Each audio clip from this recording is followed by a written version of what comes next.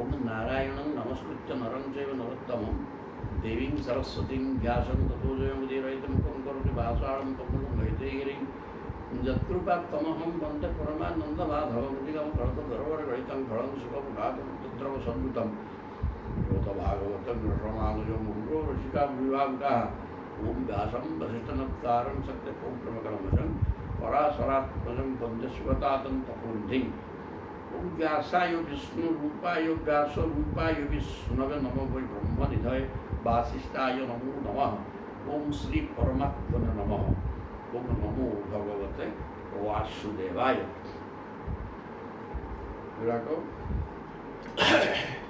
विधि निषेध संपर्क में आलोचना होता है। जे प्रकृत प्रकाश साधक सी विधि निषेधर ऊर्ध्वे थाए तार यार आवश्यकता अच्छी कि नहीं से संपर्क में आलोचना है। सिद्धांत प्रभु कहीदे यार आवश्यकता अच्छी कहीं कूटा केमी कर न ये साधारण मानव युवा न मानिले विशृंखला हो जी ज्ञानी है ऊर्ध्व से रही विधि निषेध दरकार नहीं किंतु साधारण भाव में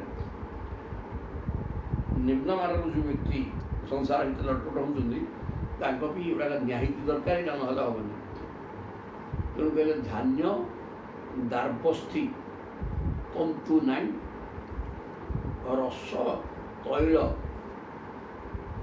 सचर्म नाई काल वायु अग्नि मृत्यु मृत त्वयी मृत मान माटी त्वयी पार्थिवान युक्तायुति मैंने क्या द्वारा कौ जिन शुद्ध हो सुंदर भाव गोटे बोल गोटे कहले धान्य धानुटा खाद्य शस्य धान्य कहले खाली धान कहुनी खाଇବା शस्य सब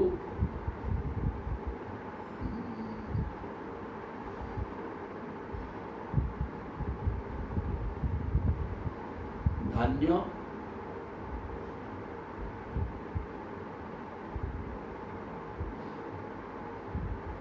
खाद्य शस्य दारू मान काठ अस्थि हाड़ अस्थि तंतु लुगा वस्त्र तंतु रस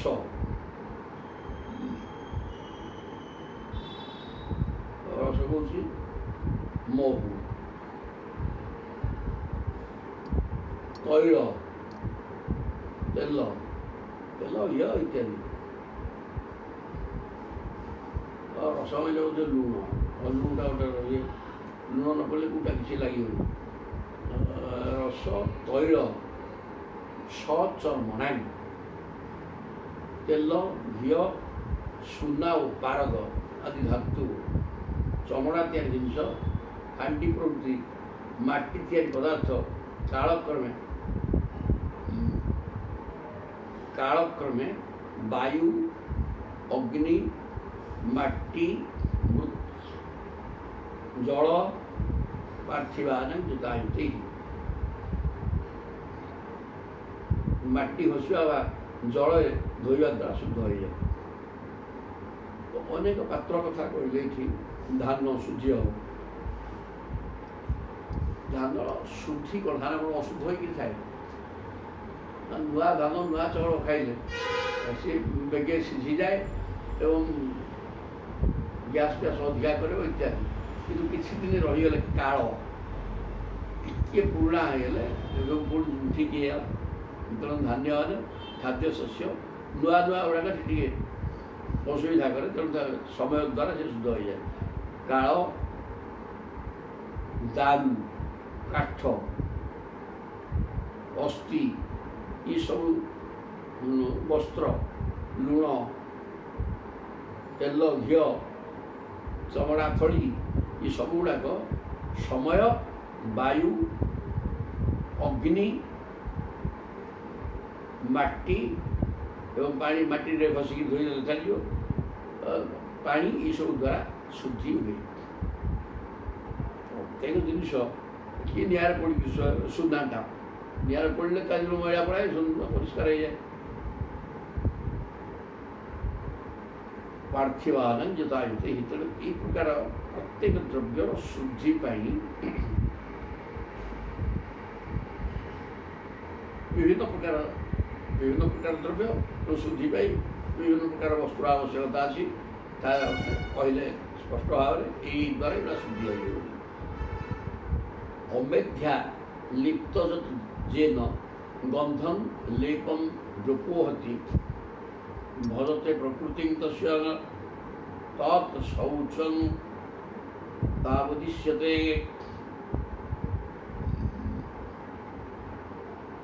କେତେକ ଶୁଦ୍ଧ ବସ୍ତୁରେ ଯଦି କିଛି ଅଶୁଦ୍ଧ ବସ୍ତୁ ଲାଗିଯାଏ ତେବେ ତାହାକୁ ଧୋଇ ପୋଛି ଦେଲେ କିମ୍ବା ମାଟି ଆଦି ପଦାର୍ଥ ଘଷି ମାଜିଦେଲେ ଅଶୁଦ୍ଧ ଦୂର ହୋଇଯାଏ। ଅମେଧ୍ୟ ଲିପ୍ତ ଯତ୍ ଯେନ ଗନ୍ଧନ ଲିପಂ ଲୋପୋହତି। ଅମେଧ୍ୟ ଲେପ ମେଧ୍ୟ ମାନେ ଲୁଗାଟାର କେଉଁଟା ହଗିଗଲା ଲୁଗାଟାର ଫିଙ୍ଗା ହେଇଯିବ। ଭଲ ବସ୍ତୁଟା ତିରାତିରି ହେଇନି କି ପୁରୁଣା ହେଇନି ତେଣୁ କ'ଣଟା କରିବ ତାକୁ ଧୁଆଧୁଇ କରିବ ସାବୁନ ଲଗେଇଦେବ ପରିଷ୍କାର କରିଦେବ ଗଲା ସରିଲା ତା ଗନ୍ଧ ଫନ୍ଧ ସବୁ ପଳେଇବ ସବୁ ଠିକ୍ ହେଇଗଲା। ତେଣୁ ଅଶୁଦ୍ଧି ହେଇଗଲା ଫିଙ୍ଗିଦେବା ଏଇ କଥାର ଆବଶ୍ୟକତା ନାହିଁ।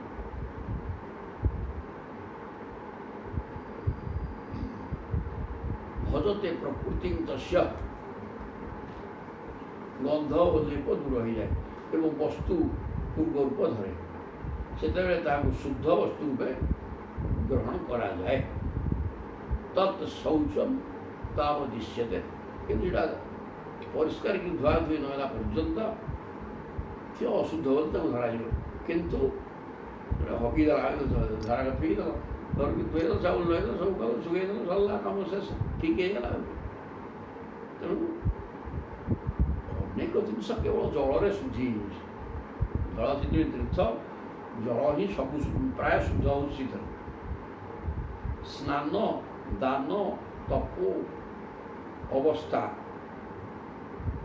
ବାରି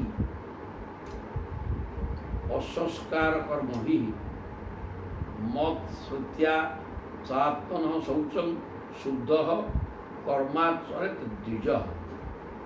ସେସବୁ ତ ପ୍ରଭୁ କହିଲେ ମତେ ସ୍ମରଣ କଲେ ସବୁ ଶୁଦ୍ଧି ହେଇଗଲା। ଚମତ୍କାର କହିଲେ ସ୍ନାନ ଦାନ ତପସ୍ୟା ତାପରେ ତପସ୍ୟା ଅବସ୍ଥା ମାନେ ବାଲ୍ୟ ପୌଗଣ୍ଡ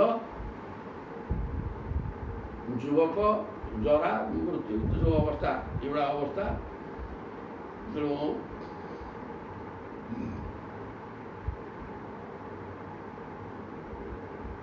ବୀର୍ଯ୍ୟ ମାନେ ପରାକ୍ରମ ସଂସ୍କାର ହେଉଛି ଏଗୁଡ଼ା କହିଲି ଉପନୟନ ସଂସ୍କାର ବିବାହ ଗୋଟେ ସଂସ୍କାର। ଏଇସବୁ ସଂସ୍କାର କର୍ମ ବି ଏଇସବୁ କର୍ମ ଦ୍ୱାରା ମତ୍ ଶ୍ରୁତ୍ୟା ଏବଂ ମୋତେ ସ୍ମରଣ କରିବା ଦ୍ୱାରା ମଧ୍ୟ ଜଣେ ପାପୀର ପାପ କ୍ଷୟ ହେଇଯାଉଛି। ଶୁଦ୍ଧ ହୋଇ ମୋର ନାମ ସ୍ମରଣ ଦ୍ୱାରା ଚିତ୍ତ ଶୁଦ୍ଧି କରି ବ୍ରାହ୍ମଣ କ୍ଷତ୍ରିୟ ଓ ବୈଶ୍ୟ ବିହିତ କର୍ମ କରିବା ଆବଶ୍ୟକ। ମତ୍ ଶ୍ରୁତ୍ୟା ସାତ୍ମନଃ ଶୌଚମ୍ ମୋର ସ୍ମରଣ ଦ୍ୱାରା ଆତ୍ମା ଶୁଚି ହେଇଯାଏ ପବିତ୍ର ଆତ୍ମା ହେଇଯାଏ। କାରଣ ଆତ୍ମାଟା କୁଟ କପଟ ଛନ୍ଦ ମାୟା ସଂସାର ଚିନ୍ତା ରହି ଅଶୌଚ ହେଇଯାଇଥାଏ। ମୋତେ ସ୍ମରଣ କରିଦେବା ଫଳରେ ସେ ଅଶୌଚ ଆତ୍ମା ଶୁଦ୍ଧ ହେଇଯାଏ। ଶୌଚଂ ଶୁଦ୍ଧମ କର୍ମାଚରେତ୍ ଦ୍ୱିଜ। ତାପରେ ହେ ବ୍ରାହ୍ମଣ ପିଲା ତାପରେ ତୁ କର୍ମ କରେ। ଆଗ ଜହ ସ୍ମରେତ ପୁଣ୍ଡରିକାକ୍ଷମ ସ୍ୱବାହ୍ୟାଭ୍ୟନ୍ତର ଶୁଚି। ସେଥିପାଇଁ ଲେଖା ହେଇକିରି ଯାହା ଏଇଠି କୁହାହେଲା ମତ୍ ଶ୍ରୁତ୍ୟା ସାତ୍ମନଃ ଶୌଚମ୍ ଶୁଦ୍ଧ କର୍ମାଚରେତ୍। ମୋର ସ୍ମରଣ କରିଦେଲା ପରେ ଆତ୍ମା ଶୁଦ୍ଧି ହେଇଯାଏ ଏବଂ ଯେକୌଣସି କର୍ମ କରିବାରେ ଆଉ ଅସୁବିଧା ରହେ ନାହିଁ। ଯେତେ ଅଶୌଚ ଥିଲେ ବି ସବୁ ଶୁଦ୍ଧ ହେଇଗଲା। ସେଥିପାଇଁ ଆମେ ସେଥିପାଇଁ କହୁଛେ ଅପବିତ୍ର ପବିତ୍ର ସର୍ବାବସ୍ଥାନ ଦୌଡ଼ିବା चू अवस्था था ना कहीं जह स्मरत पुंडरीकाक्षर सबाह्याभ्यंतर शुद्धि बाह्य शुद्धि आभ्यंतर शुद्धि सबू शुद्धि जो प्रभु को डाक सरला कम आउ कौन बाट अच्छे तेणु जेकोसी कर्म करने पूर्व मत स्मरण कर बाह्य एवं अंतर शुद्धि कर मो ना धरिक कार्य कर कहते मंत्र से परिज्ञानम कर्म शुद्धि मदर्पणम धर्म संपद्यते षाडभि अधर्मस्तु विपर्जय कहले गुरु मुखरू शुणी भल रूपे हृदयंगम कले मंत्र शुद्ध हो जाए मंत्र से जो परिज्ञानम कर्म शुद्धि मदर्पणम मंत्रटा अशुद्ध कि बोले किसी काम हो तेणु तक कौन कर गुरु मुखर शुण कारण गुरुदेव निश्चित भाव में शुद्ध कि कहे तेणु से शुद्ध मंत्र टी जब शुणिकी तुम बोलो कार्य सिद्धि हम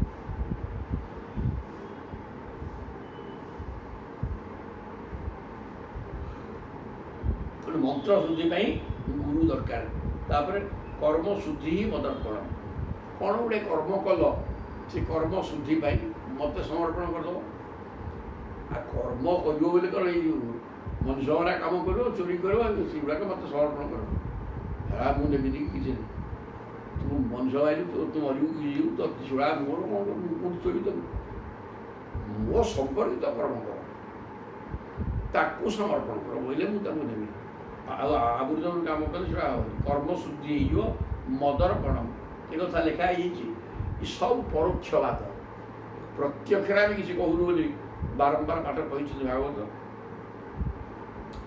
तेणु परोक्षवाद बुझ कर्म समर्पण कथा कहुच्छी कौटी सत्कर्म असत्कर्म तो कहलानी तेणु चोरी कर हाड़ मार सब समर्पण करते ना ये बारंबार मना कराई सेगुड़ा किए ग्रह तुम्हें जमी कह भोग जीव कड़े समर्पण कले किए नब मुझे देवे कि भोग न सरला पर्यटन किसी हम तेणुक जो कर्म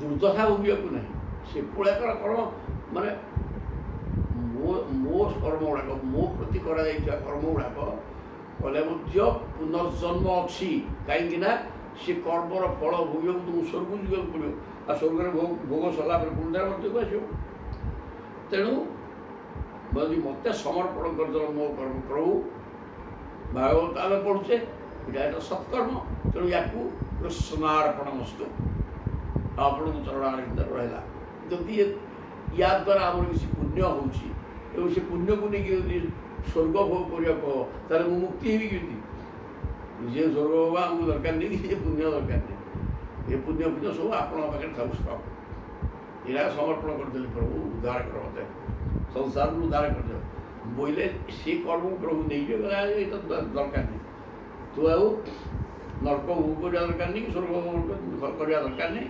समर्पण करूँ भल कर्म करुँ तो कौन ठीक अच्छे तुमको नहीं जाऊँगी ते आनी सरला पाठ धर्म संपद्यते षडभि कहले हे उद्धव यहीपरि भाव में देश काल पदार्थ कर्ता मंत्र और कर्म ये छटी वस्तु शुद्ध हो पारे धर्म हुए अच्छा अच्छा अच्छा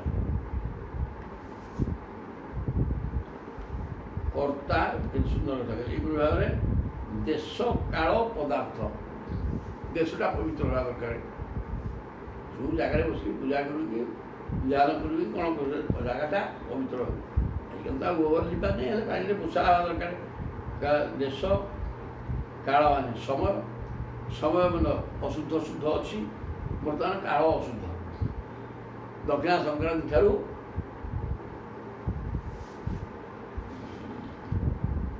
उत्थापन प्रभु उठे कार्तिक मास एकादशी तापर जाकि शुद्ध काल आसो प्रभु शोई कहीं प्रभु शोईवा अशुद्ध काल आसगला कौन भल कम करा ବିବାହର ବ୍ରତର ଘର ପ୍ରତିଷ୍ଠା ଶୁଭତ୍ୟା କିଛି ହେଉଛି ନା ନାହିଁ, କାରଣ କାଳ ଅଶୁଦ୍ଧ ହେଇଯାଇଛି। ତେଣୁ ଏ ଅଶୁଦ୍ଧ ସମୟରେ କିଛି କରନ୍ତି, କାଳ ଶୁଦ୍ଧି ବି ଦରକାର। ତାପରେ ପଦାର୍ଥ ଶୁଦ୍ଧି, କେଉଁ ପଦାର୍ଥଟା କ'ଣ କଲେ ଶୁଦ୍ଧି ହେବ ତାର ବିଧାନ ସବୁ ତ ଫୁଲ ବି ଧୋଇବାକୁ ହେବ। ପଦାର୍ଥ ଶୁଦ୍ଧି, କର୍ତ୍ତା ଶୁଦ୍ଧି, ଜଣେ କର୍ତ୍ତା ବସିକି କାମ କରିବ, ସେ କର୍ତ୍ତା ଶୁଦ୍ଧି ଦରକାର।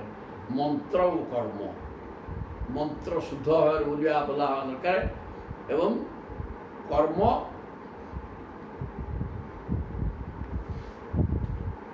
ଗୋଟେ ପୂର୍ବାପର ପ୍ରସଙ୍ଗ ହୋଇକି ଗଡ଼ି ଗଡ଼ିକି ମାନେ ଆସନ ଶୁଦ୍ଧି, ଜଳ ଅର୍ଘ୍ୟ ସଂସ୍କାର, ଜଳ ଶୁଦ୍ଧି, ପଞ୍ଚାମୃତ ଶୋଧନ କରିବ। ତାପରେ ନିଜ ଶରୀର ଶୁଦ୍ଧି କରିବ, କର୍ତ୍ତାକୁ ଶୁଦ୍ଧି କରାଇବ। ସେଠୁ ସ୍ୱସ୍ତି ବାଚନ, ବର୍ଣ୍ଣ ପୂଜା ଆଗ, ବର୍ଣ୍ଣ ପୂଜା କରିବ, ସ୍ୱସ୍ତି ବାଚନ ସଂକଳ୍ପ, ଗୋଟେ ସିରିୟଲ ହେଇକି ରହିବ। ସେଇଟା ହେଲା କର୍ମର ଶୁଦ୍ଧି। ଆଉ ସେଥିରୁ ଯେଉଁ କ୍ରମରେ କରିବାକୁ କୁହାଯାଇଛି ବା ଯେଉଁ ପାଠ ଲେଖା ହେଇକି ଅଛି, ମୂର୍ଜ ପକା, ଠାକୁର ସ୍ଥାପନ, ହଁ ସେ ତ ଅଛି, ଫୁଲ ଚନ୍ଦନ, ସବୁଗୁଡ଼ାକ କ୍ରମରେ ଯିବ। ତେଣୁ କ୍ରମ ନ ଜାଣିକିରି ବା କେଉଁଟା ଛାଡ଼ି ଦେଇକିରି ଗୋଟେ ଆଉ ଗୋଟେ କ'ଣ କରିଗଲଣି, ଏ ପ୍ରକାର କର୍ମତାନ କର୍ମ ଶୁଦ୍ଧି ସେଥିରେ ହେବନି। ତେଣୁ ଏ 6ଟା ହେଲା ଶୁଦ୍ଧ ହେବା ଦରକାର। ୟା ଦ୍ୱାରା ଧର୍ମ ହୁଏ। 6ଟା ଲେଖା ହେଇଛି, 6ଟା ଲେଖା ହେଇଛି, 6ଟା ଜିନିଷ ଲେଖା ହେଲା। ଦେଶ, କାଳ, ପଦାର୍ଥ ହେଲେ ଦ୍ରବ୍ୟ ଶୁଦ୍ଧି, ଆଉ କର୍ତ୍ତା, ମନ୍ତ୍ର ଏବଂ କର୍ମ, ବଢ଼ିଆ ଜିନିଷ। ଏ 6ଟା ଯାକ ଲେଖିଦେବା କଥା, ସଦା ମନେ ପଡ଼ିବ କି? ତେବେ ଏଇ ଯେଉଁ ଜିନିଷ ଗୁଡ଼ାକ ବଢ଼ିଆ କଥା। ଏଇଟା ଶୁଦ୍ଧ ହେଲେ କର୍ମଟି ଶୁଦ୍ଧି ହେବ ଏବଂ ତାଦ୍ୱାରା ଭଗବତ ପ୍ରାପ୍ତି ହେବ। ସବୁ ଅଶୁଦ୍ଧ ହେଇକି ହେଲେ ମନ୍ତ୍ର ଗୁଡ଼ା ସବୁ ଭୁଲ ହେଇଥିବ, କ'ଣ ଗୁଡ଼େ କହୁଥିବ ତାର ଠିକଣା କିଛି ଯିଏ କହୁଛି ସିଏ ଜାଣିନି କି କିଛି ନାହିଁ। ଆଉ ଯାହା ବଳ ତ କୁଆଡ଼ୁ କ'ଣ ମନ୍ତ୍ରଟା ବୁଝିବା ଦରକାର। ଗୋଟେ ଶବ୍ଦ ଏମିତି ଶବ୍ଦଟେ ନାହିଁ ଯେଟା ଅର୍ଥ ପ୍ରକାଶ କରୁଛି। ତେଣୁ ଆଗ ଦେଖିବ ମୁଁ କ'ଣ କହୁଛି, ୟାର ଅର୍ଥ ଅଛି ତ? ଯଦି ଅର୍ଥ ନାହିଁ ବହିକି ଦରାଟିବ, ଏଇଟା କ'ଣ ଲେଖା ହେଲା ଦେଖ, ମୁଁ କ'ଣ ଭୁଲ ବୁଝିଲି କି? ଦେଖିବ ସେଟା ବାହାରିବ। ଯଦି ନ ବାହାରିଲା ବହି ଭୁଲ ଲେଖା ହେଇଛି। ଶୁଦ୍ଧ ଶବ୍ଦଟା କ'ଣ ଚିନ୍ତା କରି କର ନା କାହାଠୁ ବୁଝ, କି ଅନ୍ୟ ବହି ଦେଖ, ବୋଇଲେ ଯାଇକି ଶୁଦ୍ଧ କଲେ ହେବ। ଆଜିକାଲି କରୁଛି କି ଯିଏ ଯାହା ପାଇଁ ମନ ଇଚ୍ଛା ବୋଲିଲେ ଏମିତି ସବୁ ହେବ। ତେଣୁ କହିଲେ ସୁନ୍ଦର କଥା। ଦେଶ, କାଳ, ପଦାର୍ଥ କହିଲେ ଏଇଠି ପୂଜାରେ ଲାଗୁଥିବା ଯାବତୀୟ ଉପକରଣ, ଦୁବୁଟିଆ ଲାଗୁଛି, ବରଗଳି ପତ୍ର, ଆମ୍ବ ଡାଳ, ଏଗୁଡ଼ାକ ପଦାରେ ରହିଛି। ପକ୍ଷୀ ବସିଥିବେ, ହୋଇଥିବେ, ତୁମ୍ବ ଗୁଡ଼ାକ ତଳେ ରହୁଛି, କିଏ ସେବ ପକାଇଲାଣି, କିଏ ମୁତିଲାଣି, ତାପରେ କୁକୁର ମୁତିଛି, ସବୁ କ'ଣ କରିବ? କିନ୍ତୁ ଚେର ଲାଗିଥିବ, ମାଟି ଲାଗିଥିବ, ହଳଦିଆ ପତ୍ର ଥିବ, ହଳଦିଆ ପତ୍ର ରହିବନି ଦୁର୍ବରେ କହିଲେ ତା ଭାବରେ ପୂଜା, ଦ୍ରବ୍ୟ ଶୁଦ୍ଧି। ତେଣୁ ତାକୁ କ'ଣ କରିବ?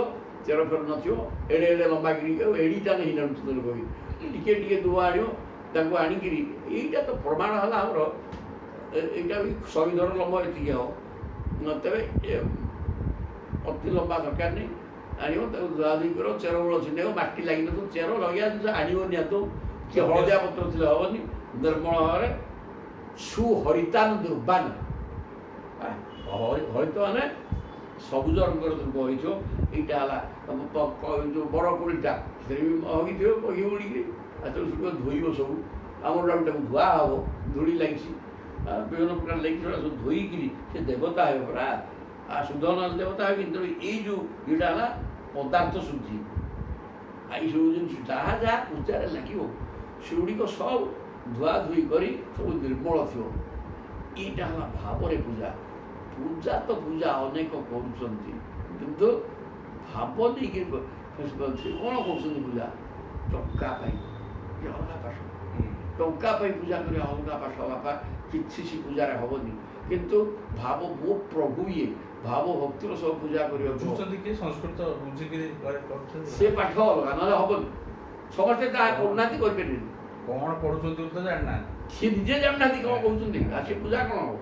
ତେଣୁ ଏଗୁଡ଼ାକ ସବୁ ସେ ହେଲା କଥା। ଦେଶ ବୁଲି ଦେଉଛନ୍ତି କ'ଣ କରିଦେଉଛନ୍ତି ଦେଶ କାଳ ପଦାର୍ଥ କର୍ତ୍ତା ଠିକ୍ ଥିବେ ମନ୍ତ୍ର ଠିକ୍ କର୍ମ ଠିକ୍ ମାନେ ପାଠ ଠିକ୍ ପ୍ରଭୁ କୃପା ମିଳିବ ଏବଂ ଶୁଦ୍ଧ ହୋଇ ଆଉ ଯଦି ସେଗୁଡ଼ାକ ଶୁଦ୍ଧି ନଥିବ ସ୍ପଷ୍ଟ ଲେଖିଦେଲେ ସେଗୁଡ଼ା କି ଅଧର୍ମସ୍ତୁ ବିପର୍ଯ୍ୟୟ ଯଦି ଗୁଡ଼ିକ ଶୁଦ୍ଧ ଭାବରେ କରା ନଗଲା ତାହେଲେ ତାର ଓଲଟା ଫଳ ମିଳିବ ମାନେ ଅଧର୍ମ ହେବ ଧର୍ମ ପରିବର୍ତ୍ତେ କାରଣ ଆମେ ଧର୍ମ କରୁଛୁ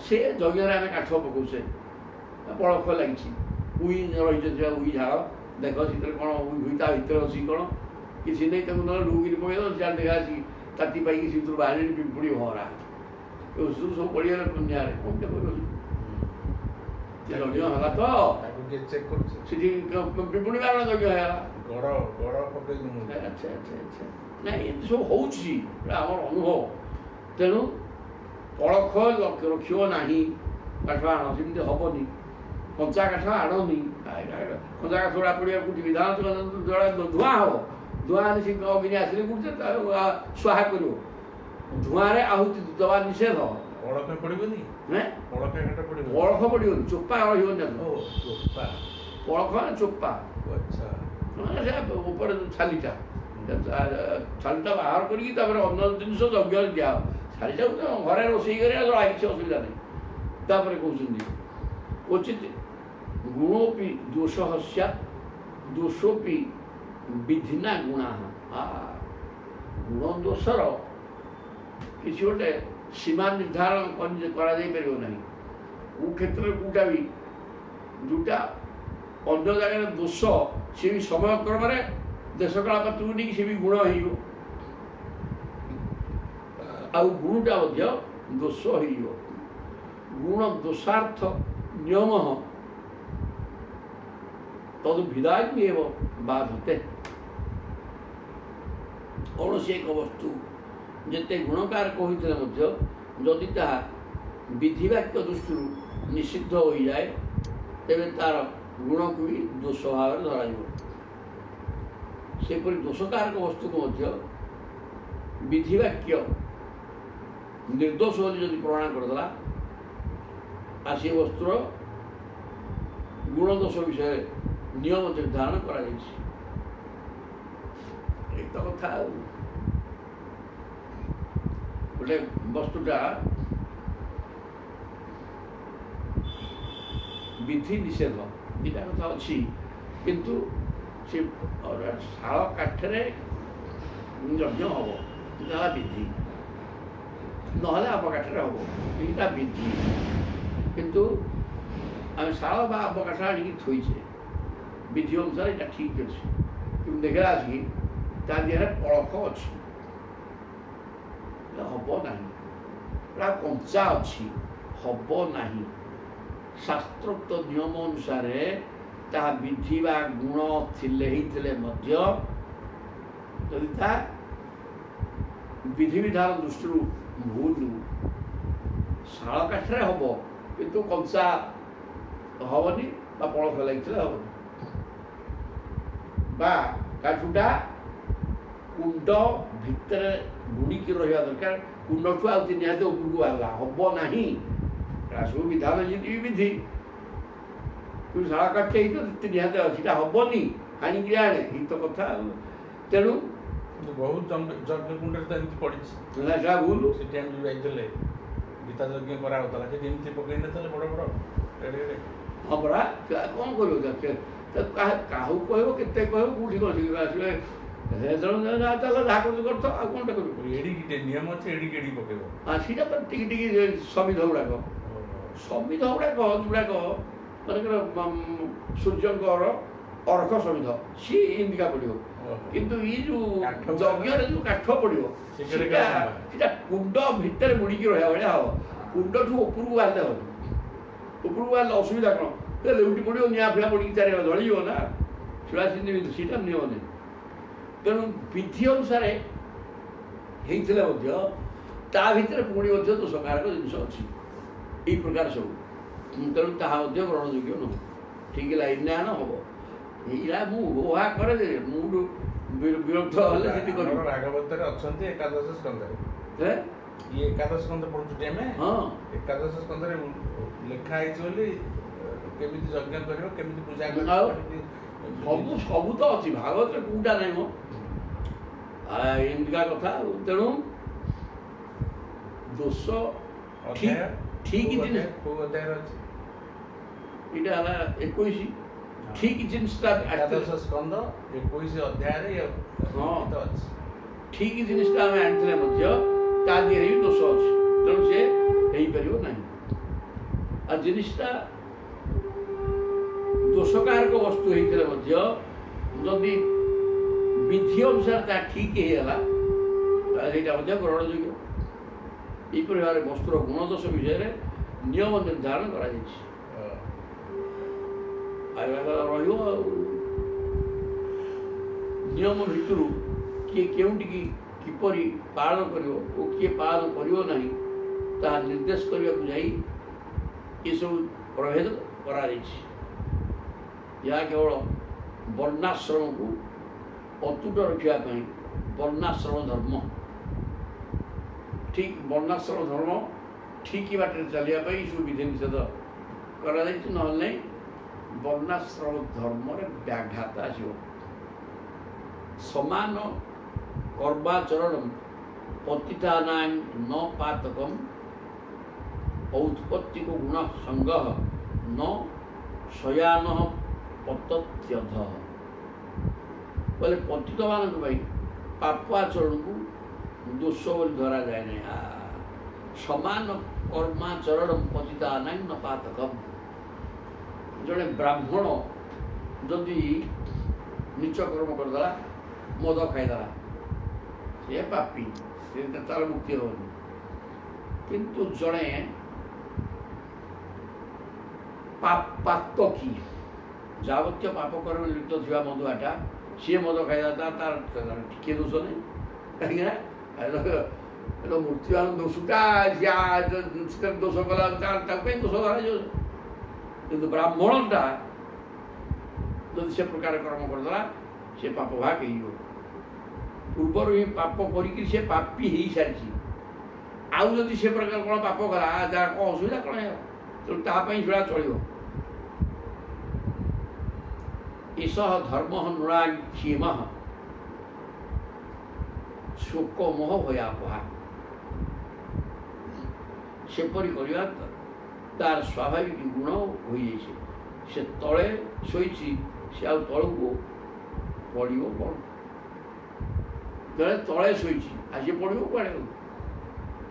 ଜଣେ ପତିତ ହେଇଯାଇଛି, ଆଉ କ'ଣ ସିଏ ହବ ଯେ? ପତିତ ହେଇଯାଇଛି, ମଦ ଖାଉଛି ସବୁଦିନ, ଆଉ ସିଏ ଯଦି ମଦ ଖାଇଲା ତାର କ'ଣ ଅସୁବିଧା କ'ଣ? ସିଏ ତ ପତିତ ହେଇକିରି ଅଛି,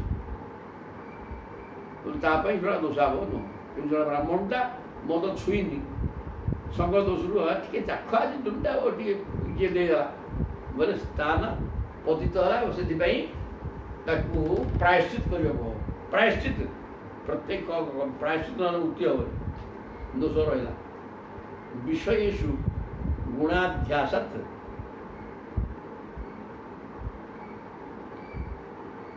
गुणाध्यासात् पुंसः संगः ततो भवेत् संगात् तत्र भवेत् कामः कामादेव कलिनृणां कहले विषयेषु गुणाध्यासात्। हे उद्धव वस्तुरे गुण आरोप कले से वस्तु प्रति आसक्ति आसी जाए। पुंस संगस्तु आहा विषय इंद्रिय ग्रह पदार्थ से पदार्थ गोटे कौन देखिल गोटे रूप देखिल से रूप प्रशंसा कल प्रशंसा करने द्वारा कौन हम रूप देखिले तो चाहिए चाहिए चाहिए ग्रहण कर प्रशंसा कर प्रशंसा कले प्रति आकृष्ट हम बाध्य। गुण जदि विषय दिए गुण आरोप कर गुण वर्णना कल पुंस संग तत्व हुए द्वारा ता सहित संग हाँपी इच्छा हम जदि गोटे चाहिए संगना फमा किसी हेनी तो सदाबे कहुच असंग को संग पत्तर कारण ଭରତ ମହାରାଜ ମୃଗ ହେଇଗଲେ, ସଙ୍ଗ ଛାଡ଼ିକି ପଳେଇଲେ। ତାପରେ କହିଲେ ସଙ୍ଗ ହିଁ ପତନର କାରଣ, ମାଆକୁ ଛାଡ଼ିକି ପଳେଇଲେ। ତାପରେ ପୁଣି ଭରତ ହେଲେ, କହିଲେ ସଙ୍ଗ ହେଇଯିବ, ଇନ୍ଦ୍ରିୟ ଗ୍ରାହ୍ୟ ପଦାର୍ଥ ସହ ମିଶିଲେ। ଜଣେ କିଏ କହୁଛି ତାକୁ ଶୁଣିବ, ତା ସେଇ ଶୁଭଚରଣର ଦରକାର କ'ଣ? ବେକାର କଥା ଶିବଚରଣ ତ କହୁଥିବ ଦରକାର ନାହିଁ। ଗୁଡ଼େ କାଳକଣ୍ଟକ ସେଗୁଡ଼ାକ ବେକାର କାମ। ତେବେ ଶୁଣନି କଥା, ସେ କାନ ଥାଇକିରି ଶୁଣିଲେନି, ଆଖି ଥାଇକିରି ଦେଖିଲେନି, ପାଟି ଅଛି କଥା କହୁନାହାନ୍ତି।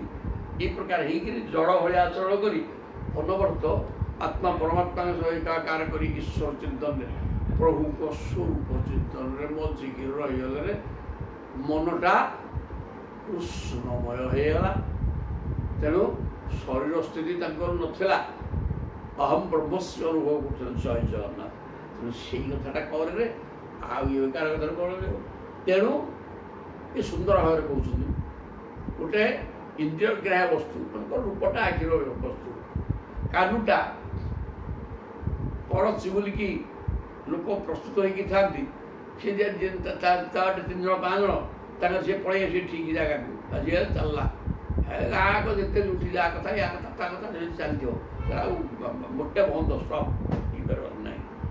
ସେମିତି ଆଖି ଗୋଟେ ରୂପ ଦେଖିଲା, ତାକୁ ରୂପଟାକୁ ଯଦି ତେବେ ପ୍ରଶଂସା କଲ, ତା ପ୍ରତି ଆକର୍ଷଣ ଆସିବ ଉତ୍ସାହ, ଏବଂ ତା ସହିତ ସଙ୍ଗ କରିବାକୁ ଇଚ୍ଛା ହେବ, ସଂଘର୍ଷ ତ ହୁଏ। ତେଣୁ କରି ଆଗେ ପାଦେ ପାଦେ ଆଉ ସଂଘାତ ତତ୍ର ଭବେତ୍ କାମ। ସଙ୍ଗ ହେଇକି କଥାବାର୍ତ୍ତା ହେବା ଫଳରେ ତା ସହିତ ତାକୁ ପାଇକିରି ଭୋଗ କରିବା କାମନା ହେବ, କାମଭାବ ଜାଗ୍ରତ ହେବ। କାମାତେବ କଳି ନୃଣା, କାମ ଭାବ ଆସିଲା ପରେ କଳହ ଆସିଲା ଆଉ ହାବାଡ଼ିଆ ପିଠା ଢୋଟା ଏଗୁଡ଼ାକ ହେବ, ସାଧାରଣ କଥା। ତେଣୁ କୌଣସି ଇନ୍ଦ୍ରିୟ ଗ୍ରାହ୍ୟ ବସ୍ତୁକୁ ଇନ୍ଦ୍ରିୟ ସହିତ ସମ୍ପର୍କ କର ନାହିଁ କି ତା ପ୍ରଶଂସା କରନି। ପ୍ରଶଂସା କଲେ ତା ପ୍ରତି ଆସକ୍ତି ବଢ଼ିବ, ଆସକ୍ତି ବଢ଼ିବ, ପାଇବାର ଇଚ୍ଛା ହେବ, ପାଇବାକୁ ଇଚ୍ଛା କଲା ଆସିକି ପ୍ରତିବନ୍ଧକ ଆସିବ, ଆଉ ଜଣେ ବାଡ଼ିଆ ପିଠା ଲାଗିଲା।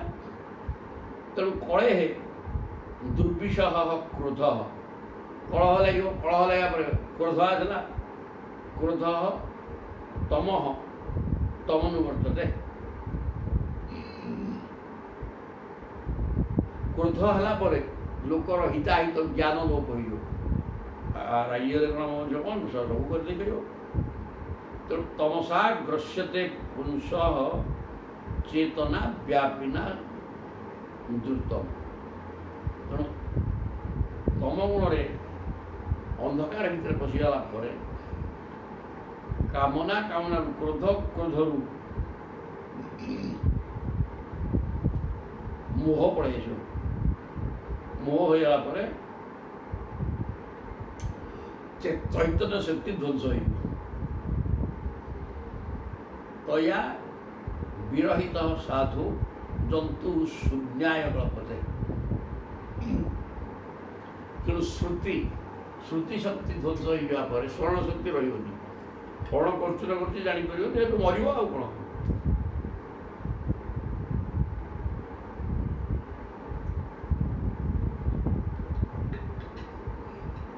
ଶ୍ରୁତି ସ୍ମରଣ ଶକ୍ତି ନଷ୍ଟ ହୋଇଗଲେ ଶ୍ରୁତି ଭ୍ରଂଶ ବୁଦ୍ଧି ନାଶ, ବୁଦ୍ଧି ବିବେକ ସବୁ ଯିବ, ସବୁ ମରିବ। ସାଧୁ ଜନ୍ତୁ ଶୂନ୍ୟାୟ କଳ୍ପତେ, ଜନ୍ତୁ ଶୂନ୍ୟ ହୋଇଯିବ, ତାହେଲେ ତାର ଜ୍ଞାନ ବୁଦ୍ଧି ବିବେକ ସବୁ ଶୂନ୍ୟ ହୋଇଯିବ। ତପସ୍ୟ ସ୍ୱାର୍ଥ ବିଭ୍ରଂଶ ମୂର୍ଚ୍ଛିତସ୍ୟ ମୃତସ୍ୟ। ତାପରେ ତାର ସ୍ୱାର୍ଥ ସିଦ୍ଧି ହେବନି, ତେଣୁ ତା ଅସ୍ତିତ୍ୱ ହରାଇ ବସେ, ମୂର୍ଚ୍ଛିତ ମୃତ ପ୍ରାଣୀ ପରି ହୋଇଯାଏ। ସେ ପରିସ୍ଥିତିରେ ତାର ସ୍ୱାର୍ଥ ସିଦ୍ଧି ହୁଏ ନାହିଁ କି ପରମାର୍ଥ ଲାଭ ହୁଏ ନାହିଁ। ଏ କଥା କହିଦେଇକିରି ଇନ୍ଦ୍ରିୟ ସହିତ ବିଷୟର ସମ୍ପର୍କ ଆଦୌ କର ନାହିଁ। ରୂପ ଅଛି ତା ବାଟରେ ଯାଉଛି, ଆଖି ଅଛି ତାକୁ ଚାହିଁବନି। ଧନ୍ୟ ଆମ ଗୁରୁଦେବ ସବୁ ପାଠ ପଢ଼େଇଥିଲେ। ଆଜିକାଲି ଏ କଥା କହିଲେ କେଉଁ ପିଲା ଗ୍ରହଣ କରେ ନା? ଗୁରୁ ଯେତିକି ଧନ୍ୟ, ପାଠ ଆଜି ବି କହିଲେ। ଏଥିରେ ସାନ କିଏ ବଡ଼ କିଏ କଥା ଚିନ୍ତା କରିବାର ନାହିଁ। ଗୁରୁ ଶିଷ୍ୟ କେହି କମ୍ ନୁହଁ। ଗୁରୁ ତାଙ୍କର ସେ କହୁଛନ୍ତି, ଶିଷ୍ୟ ଶୁଣୁନି, କ'ଣ ଲାଭ ହେଲା? ଗୁରୁ ଯେତିକି ଗୁରୁ ଓଜନିଆ ଶିଷ୍ୟ ତାଠୁ ବଳିକି ଓଜନିଆ। ଯଦି ଶିଷ୍ୟ ଚିନ୍ତା କରୁଥିବ ଗୁରୁ ଯେଉଁ ବାକ୍ୟ କହୁଛନ୍ତି ତାହା ହିଁ କର୍ତ୍ତବ୍ୟ ମୋର କରଣୀୟ। ପାଠ ପଢ଼ିଲା ସମୟରେ ପ୍ରଭୁ ଆମକୁ କହୁଥିଲେ ମୁହଁ ତଳକୁ ପୋତି ପୋତିକିରି ଯିବ, ଉପରକୁ ଚାହିଁବନି। କ'ଣ ଏଇଟା କହିଲେ କାହିଁକି? ପିଲାଳିଆ କଥା, ପିଲାଳିଆ ତ ସେ ବୟସ ହେଇଥିଲା ସବୁ ବୁଝି ହେବନି ନା ସେଥିରେ। ତେବେ ବି ଏବେ ସବୁ ଜଣାପଡ଼ୁଛି ପାଠ ନା ନା ତଳକୁ ଚାହିଁକି ଆମେ ଯିବା। ଗୁରୁ କହିଛନ୍ତି ଏଇ ଯେଉଁ ଦୃଢ଼ ବିଶ୍ୱାସ ପୁରା ଅନେକ କଥା ବୁଢ଼ାଟା ସବୁ ଗ୍ରହଣ କରିଛି। ଗୁରୁ ତ ଗୁରୁ ଆଉ ଏଇ ଦୃଷ୍ଟିରେ କିନ୍ତୁ ତଳକୁ ମୁହଁ ପୋତିକି ଆମେ ଯାଉଥିଲୁ। ସେ କଲେଜରେ ପଢ଼ିଲା ବେଳେ ମନ୍ଦିରକୁ ମୁହଁ ପୋତି ପୋତିକି ଯିବ, ଗଲା କାମ ଶେଷ। ସିଦ୍ଧାର୍ଥ ପାଦକୁ ଚାହିଁକି ଧୀରେ ସୁସ୍ଥେ ଚାଲିବ, ଉପର ମୁହାଁ ହେଇକି ଯିବା ଦରକାର ନାହିଁ। ଗୁରୁ କହିଛନ୍ତି ଏ ପ୍ରକାର ଆଚରଣ କଲେ ସବୁ ଠିକ୍ ହେବ। ନହେଲେ ଯଦି ଉପରକୁ ଚାହିଁଲେ ସବୁ ଭିନ୍ନ ପ୍ରକାର ଜିନିଷ ଦେଖିବ, ଯେଉଁଟାକି ଆଇନ ଇନ୍ଦ୍ରିୟ ଗ୍ରାହ୍ୟ ବସ୍ତୁ ଦେଖିଲା ପରେ ତା ପ୍ରତି ଆସକ୍ତି ହେବ, ଆଉ ତାପରେ ତା ସହିତ ସଙ୍ଗ କରିବାକୁ ଇଚ୍ଛା ହେବ, ସଂଘାତ, ପାଞ୍ଚ ଦିନ କଥାବାର୍ତ୍ତା ଭଲ ନୁହେଁ, କାମ ଭାବ ଜାଗ୍ରତ ହେବ। ସେଠୁ ତାକୁ ଭୋଗ କରିବା ଲାଳସା ହେବ, ଆଉ ତାକୁ ଲାଳସା ହେଲେ ତା ସେଠୁ ଯୁଦ୍ଧ ଲାଗିବ, ତା ଘର ଲୋକ ଆସିକି ବିକିବେ। ଏମିତି ତ ସବୁ ହେଲା ପରେ କଳହ, ତା ଦ୍ୱାରା ସେଠୁ କ୍ରୋଧ ଆସିବ। କାମ ପୂର୍ଣ୍ଣ ନହେଲେ କ୍ରୋଧ ଦ୍ୱାରା ଜ୍ଞାନ ବୁଦ୍ଧି ହଜିଯିବ, ସ୍ମରଣ ଶକ୍ତି ନଷ୍ଟ, ଯୋଉ ମୃତ୍ୟୁ ହେବ। ଏଟା ସୁନ୍ଦର ଭାବରେ କହିଲେ। ତେଣୁ ସେଟା କିଛି ତାହାନି। ତାପରେ କହୁଛନ୍ତି ବିଷୟା ବିନିବେଶେନ ନାତ୍ମାନଂ ବେଦନାପରମ୍।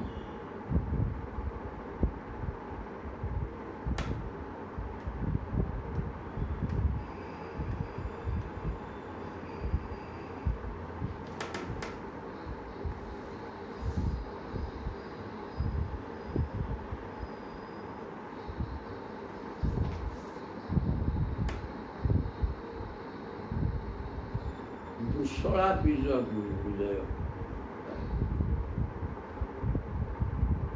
জীবন ব্যর্থম ভস্ত্রেব জহ শোষণ।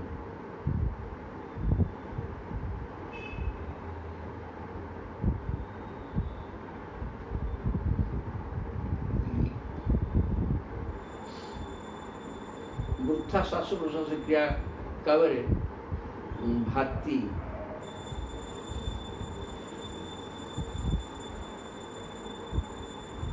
বৃষ পরি জড় হয়ে যায় জীবন। বৃষ এটা তো আর বৃষ জীবিকয়া জীবন। এই অক্ষর অক্ষরটা আমার দিশুনি। বৃষ জীবিকয়া জীবন। ବୃଷ ବୃଷଭ ଷଣ୍ଢର ଗୋଟେ କ'ଣ ସେ ନାହିଁ ଆଣିଦେଲା ମାଡ଼ିଯିବ ତ ଠିଆ ହେଇଛ ଅଷାଢ଼ ପାଣି ସାରିଲେ କେତେ ଦେଇଥିବ ତମକୁ କିଛି ଅସୁବିଧା ନାହିଁ। ତା ବାଟରେ ଲାଇନ୍ ନେଇକି ସିଯିବ ଆଉ ଠିଆ ଆଡ଼େଇ ହେବାର ନାହିଁ। ଏ ହେଲା ତାର ପୁରା ପକ୍କା ପାଠ। ତମେ ଠିଆ ହେଇଛ ତାକୁ ଜାଣିନ ଅଷାଢ଼ ଆସି ସାରିଲାଣି ସିଏ କେତେ ଦେଇକି ଫେରିଦେବ ତାପରେ ତା ବାଟରେ ଜିତିଯିବ। ସିଏ ସିଧା ସିଏ ଯିବ ବଙ୍କା ହେଇଛି ତାର ବଙ୍କା ହେବାର ପ୍ରଶ୍ନ ନାହିଁ। ତେଣୁ କହୁଛନ୍ତି ବିଷୟା ବିନିବେଶେନ ନାତ୍ମାନଂ ବେଦ ନା ପରମ। ବିଷୟ ଭିତରେ ଯାହାର ମନ ଆକର୍ଷିତ ହେଇଗଲା ସେଟା ପାଇବା ମୋର ଦରକାର, ଏଇଟା ଭୋଗ୍ୟ ବସ୍ତୁଟା ଭୋଗ କରିବି, ଜିଦି ଆସିଯିବ। ନହେଲେ ମାଡ଼ିଆ ପିଟା ମଲା ପର୍ଯ୍ୟନ୍ତ ଯିବ। ତେଣୁ ଏ ପ୍ରକାର ସ୍ଥିତି ଆସିଗଲେ କ'ଣ ହେବ ନା ବୃଷ ଜୀବିକୟା ଜୀବନ।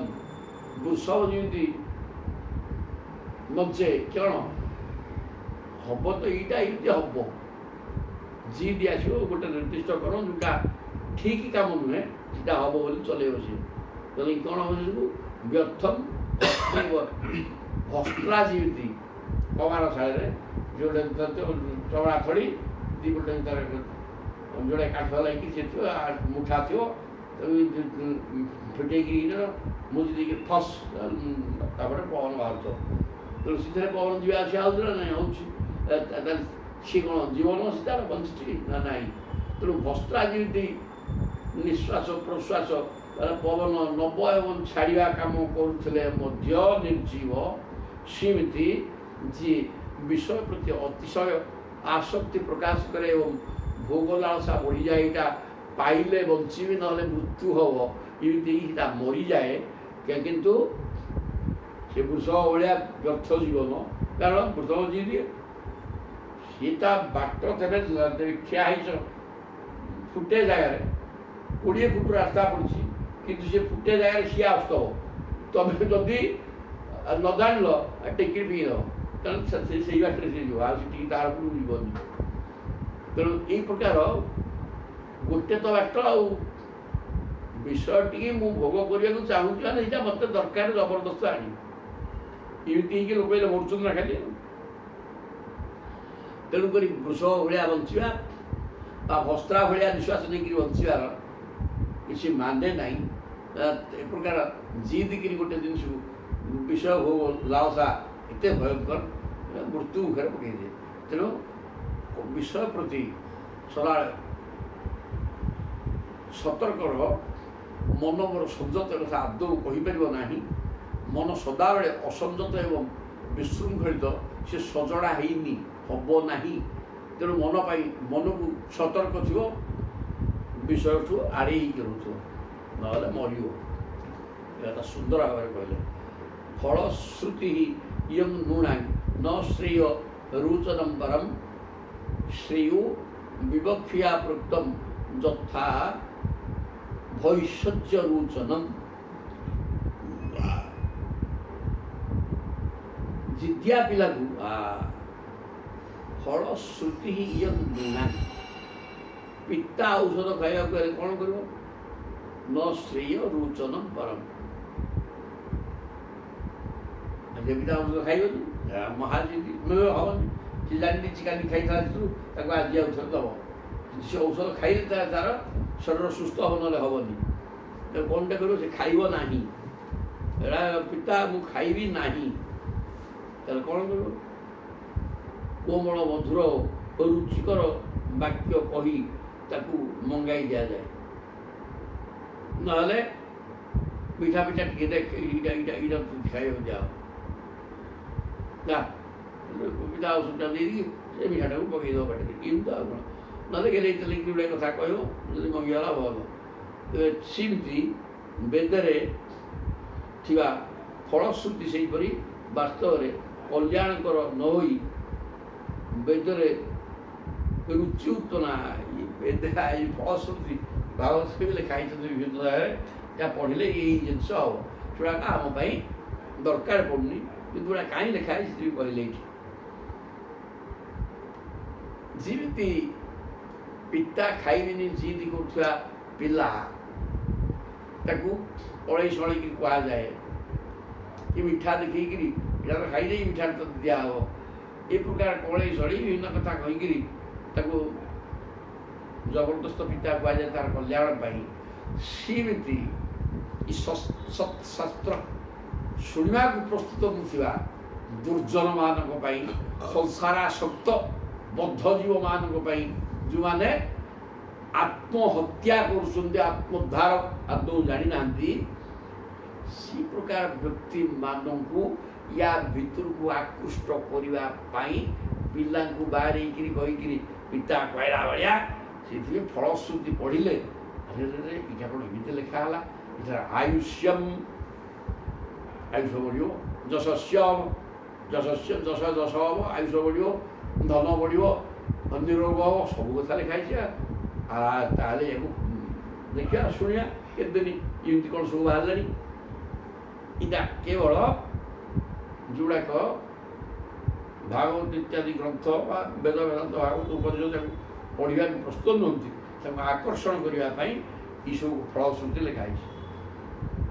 ଏଇ ତ କଥା। ଆଉ ଉତ୍ପତ୍ତ୍ୟୈବ ହି କାମେଷୁ ପ୍ରାଣେଷୁ ସ୍ୱଜନେଷୁ च आसक्त मनसु वर्त्या आत्मनोग अनर्थ हेतुषु कहले मनुष्य स्वभावतः तार कामनार वस्तु प्रति निजर प्राण प्रति बंधुबान्धव प्रति आसक्त हो जाए। সেই আসক্তি ହିଁ ତାର ପତନ ଘଟାଏ। ଉତ୍ପତ୍ତ୍ୟା ଏବ ହି କାମେଷୁ, କାମ ଭାବ ଉତ୍ପନ୍ନ। ଇନ୍ଦ୍ରିୟ ଗ୍ରାହ୍ୟ ବସ୍ତୁକୁ ଦେଖି ଏଠି କହିଲେ କ'ଣ, ତାର ପ୍ରଶଂସା ଯଦି କଲ ତା ପ୍ରତି ଆସକ୍ତି ବଢ଼ିବ। ଆସକ୍ତି ବଢ଼ିଲା ପରେ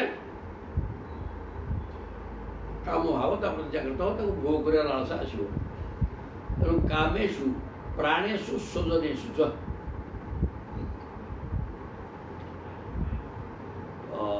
ବସ୍ତୁ ପ୍ରତି ନିଜର ପ୍ରାଣ, ବନ୍ଧୁବାନ୍ଧବ ପ୍ରତି ପ୍ରାଣ ପ୍ରତି ଆସକ୍ତି ଆସିଯାଏ। ସେଇ ଆସକ୍ତି ହିଁ, ତେଣୁ ଏଇ ଯେଉଁ ଆସକ୍ତି ଭୋଗ କରିବାର ଲାଳସା, ଆସକ୍ତି ଭୋଗ ଲାଳସା, ଏଇଟା ନିଜର ପତନ ପାଇଁ କାରଣ ହୋଇଯାଏ।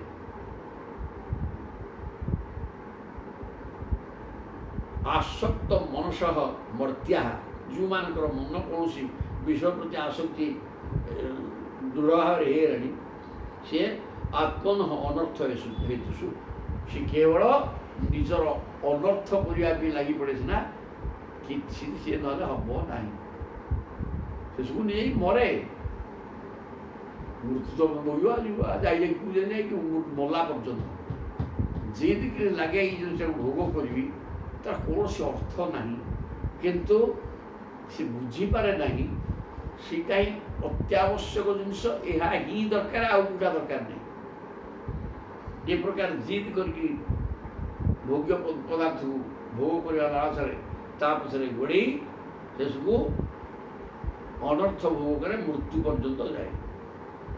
ତେଣୁ ବିଷୟ ପ୍ରତି ଆକୃଷ୍ଟ ହୁଅ ନାହିଁ। ନ ତାନ୍ ଅବିଦୁଷଃ ସ୍ୱାର୍ଥଂ ଭ୍ରାମ୍ୟତୁ ବୃଜିନାଧ୍ୱନି କଥଂ ଯୁଞ୍ଜାତ୍ ପୁନସ୍ତେଷୁ ତାଂ ତମୁ ବିଶତୁ ବୁଧଃ।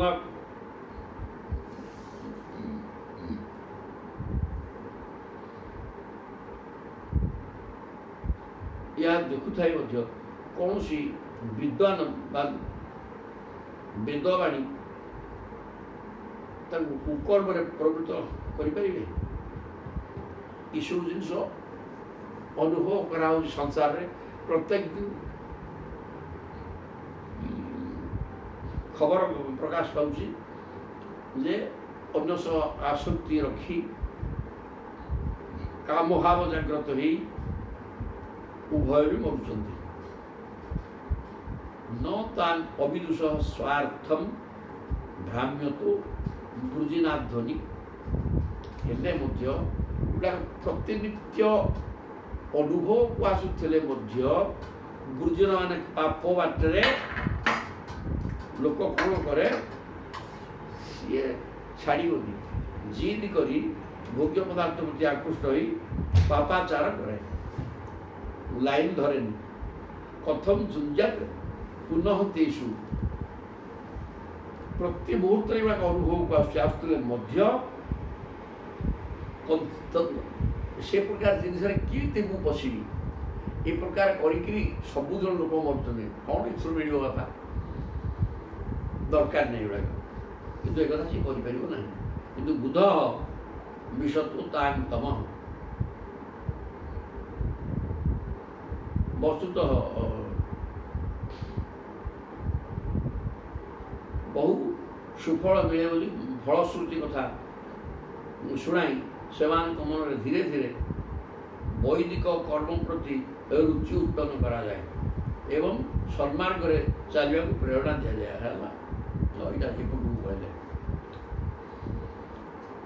ତେଣୁକରି ମଣିଷ କୁମାର୍ଗରେ ଯାଉଥିବା ଲୋକକୁ ଏ ଯେଉଁ ଫଳଶ୍ରୁତି କୁହାଗଲା, ଏକୁ ପଢ଼ିଲେ ଏଇ ଜିନିଷ ହବ। ଏ ଫଳଶ୍ରୁତି ଦ୍ୱାରା, କାରଣ ନହେଲେ ତାର ପରିବର୍ତ୍ତନ ଆଦୌ ହଉନି କି ହବ ନାହିଁ। ବିଷୟ ଏତେ ଭୟଙ୍କର ଜିନିଷ, ଯିଏ ଭୋଗ କଲା ନ ଯାତୁ କାମ କାମାନାଂ ଉପଭୋଗୀର ସାମ୍ୟତି, ଭୋଗ ଦ୍ୱାରା କାମନା ଭୋଗ କରିବା ଲାଳସା ନଷ୍ଟ ହୁଏ ନାହିଁ, ପ୍ରତିନିତ୍ୟ ବଢ଼ି ଚାଲେ। ଉଦାହରଣ ନା ହବିଷା କୃଷ୍ଣପତ୍ନୀକ ଭୂୟରେବା ବିବର୍ତ୍ତତେ, ଅଗ୍ନି ଦବି ଯାଇଛନ୍ତି, ସ୍ୱାହା ଝିଅ କୁଢ଼େଇ ଦେବା, କ'ଣ ହେବେ? ମାନେ ଅଗ୍ନି ଦବି ଯାଇଛନ୍ତି, ମାନେ ଭୋଗ ରହିତ ହେଇଯାଇଛନ୍ତି। ପୁଣି ଭୋଗ୍ୟ ସାମଗ୍ରୀ ତାକୁ ଦେଇଦେଲ, ସେ ଭୋଗ କରିବା ଲାଳସ ତାଙ୍କର ଆହୁରି ବଢ଼ିଲା, ତାକୁ ଭୋଗ କଲେ, ଖାଇବା କଥା ଆରମ୍ଭ କଲେ, ଜୋରରେ ଚଳିଲେ। ତେଣୁ ଯିଏରେ ଆହୁତି ଥିଲେ ଅଗ୍ନି ଯେମିତି ବେଶୀ ଯଦି ଭୋଗ୍ୟ ପଦାର୍ଥକୁ ଭୋଗ କରିବା ପାଇଁ ସେ ପ୍ରଜ୍ୱଳିତ ହେଉଛନ୍ତି, ସେମିତି ଭୋଗ୍ୟ ପଦାର୍ଥକୁ ଭୋଗ କଲେ ଭୋଗ ଶାନ୍ତ ହୁଏ ନାହିଁ, ଏ କଥା କୁହାଗଲା। ତେଣୁ ସେଥିରେ ଆକୃଷ୍ଟ ହୋଇକି ଲୋକ ମରେ ସଂସାର ବନ୍ଧନରେ ପଡ଼ିକି। ତେଣୁ ସେ ଲୋକ ଗୁଡ଼ାକ ବାଟ ହେଲା ଗୋଟିଏ ଭଲ ହେବା ପାଇଁ ଯେ ଈଶ୍ୱର ଚିନ୍ତନ।